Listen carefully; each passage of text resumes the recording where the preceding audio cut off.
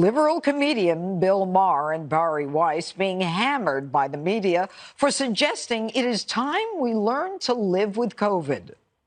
I don't want to live in your paranoid world anymore, your masked paranoid world. You know, you go out, it's silly now. You know, you have your mask, you have to have a card, you have to have a booster, they scan your head.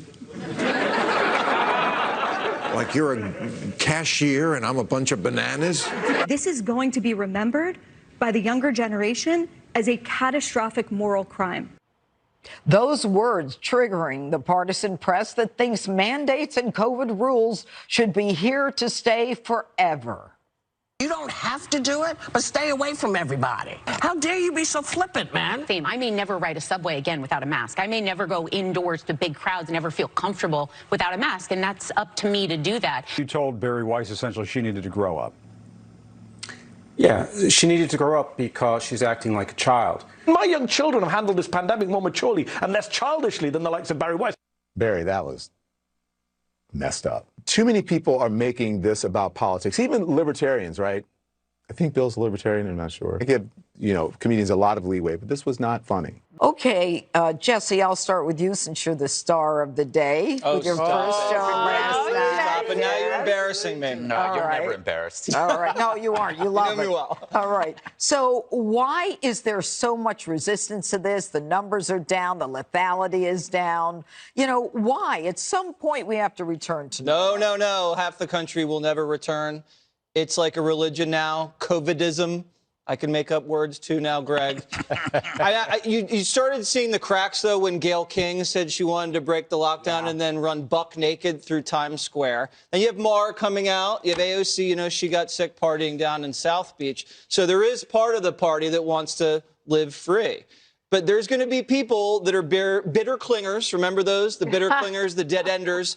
And they're going to stay until there's only one more case count in the United States. Because, Judge, it's given their life meaning. They like the structure. They like to submit.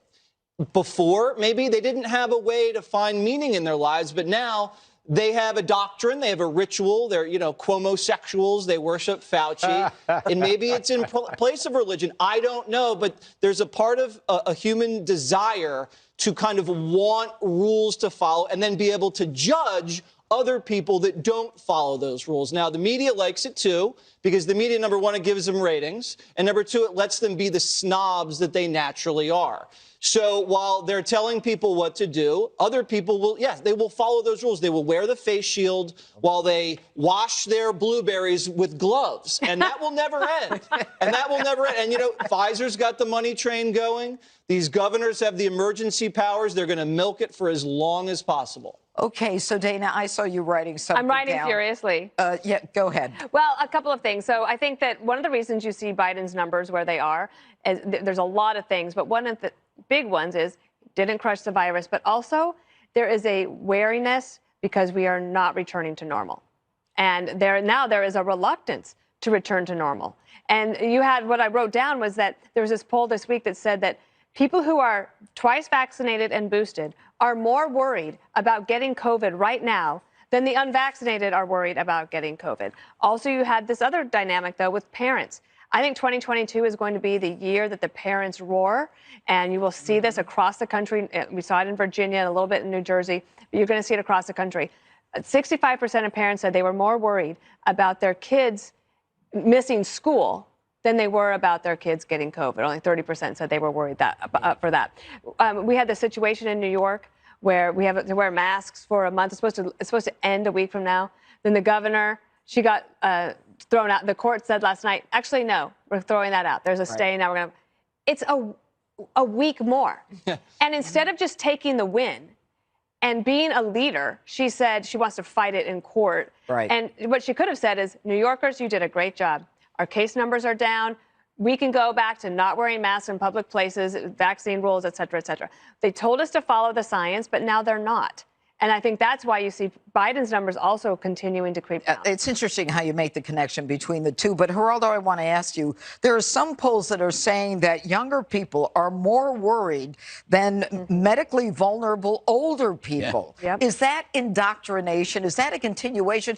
Because if you're older, you know that you're vulnerable. Erica and I last night, my wife Erica and I had a discussion about the various generations and how much more woke the younger people are, how they seize onto something. But I like Barry Weiss, I like Bill Maher, but I'm with Whoopi Goldberg on this. How dare you be so flippant? I mean, as you know, I lost my beloved nephew, Bobby Reed. 868,000 Americans have died. I mean, that's a number that you have to really gulp. 868,000 Americans have died. You know, it'll come. It's happening. Why rush it? And in terms of those Virginia parents, they send their unvaccinated kid to a school that's requiring vaccinations. They better get ready for that child to be isolated in the auditorium, because that's the rule. And you're exposing, even if you think the risk is minuscule in your own heart. That's the rule. You follow the rule. The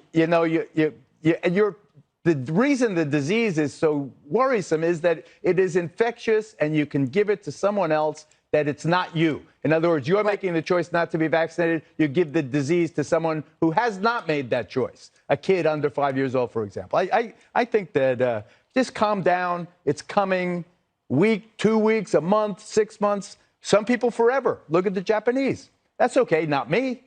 But, that's the way it is. Okay, so, Greg, Loudoun County is ground zero. They elected a governor. The governor says they don't have to wear masks. The schools are now segregating the kids. I'm all for that. You're also segregating. Effective risk management is not flippant. I don't see anything flippant about that. When the risk is minuscule and you understand risk management, you become the adult in the room and you make the decision. It's the person that But you can't make the decision for me. Oh, yes, I can. I'm not allowing you to tell me to wear a mask. Well, then I'm saying you can't come over. But no. No, I'm not coming over to your giant house. No. All right. There's a room you could go. I know, the panic room. Something insidious is happening right now. People are becoming okay with this creeping incrementalism, this authoritarianism. It doesn't land on your planet in a giant crate marked authoritarianism. It's like the slow boiling water that a frog is placed in, and you don't know it until entertainers and journalists and the radical we've known for years, Geraldo, starts sounding like the man, starts embracing the side of enforcement, starts saying, like, we can't have any risk in our lives. It all has to be zero or you're evil. That's BS, right? Right now, you got to beware of wars that don't have endings. We saw that with Afghanistan. We saw that with the drug war. If you don't want a war without an end, it's up to the sentiment of the population to declare the war over. That means you stop wearing your mask. If you go to stores and you go to restaurants or any establishment, they ask you to wear a mask, you say, you know what? I'm following the science, and you leave. It's time for everybody. I'm not talking about me. I'm not talking about Don Lemon. I'm not talking about Whoopi. I'm talking about the Americans, the viewers, the general public. They have to civilly disobey and end this thing once and for all. Because the problem is, the government's lying to you.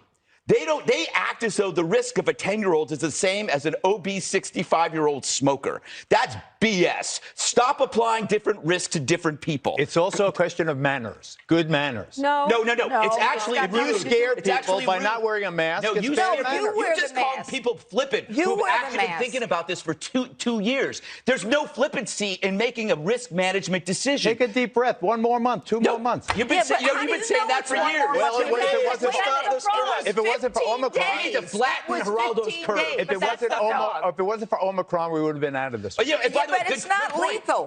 Omicron is highly contagious and mild. The masks don't work. It is time to get back to normal. Even if normal is living with COVID, we have to understand what we've lost because you have accepted the incrementalism of authoritarianism. You got used to the boiling water, Geraldo. That is so not Geraldo of the 70s. I'm a well-mannered person. That is not Geraldo of the 80s. I don't want to scare even Geraldo of the 90s. I don't want to scare. I don't want to freak people out. All right, everybody.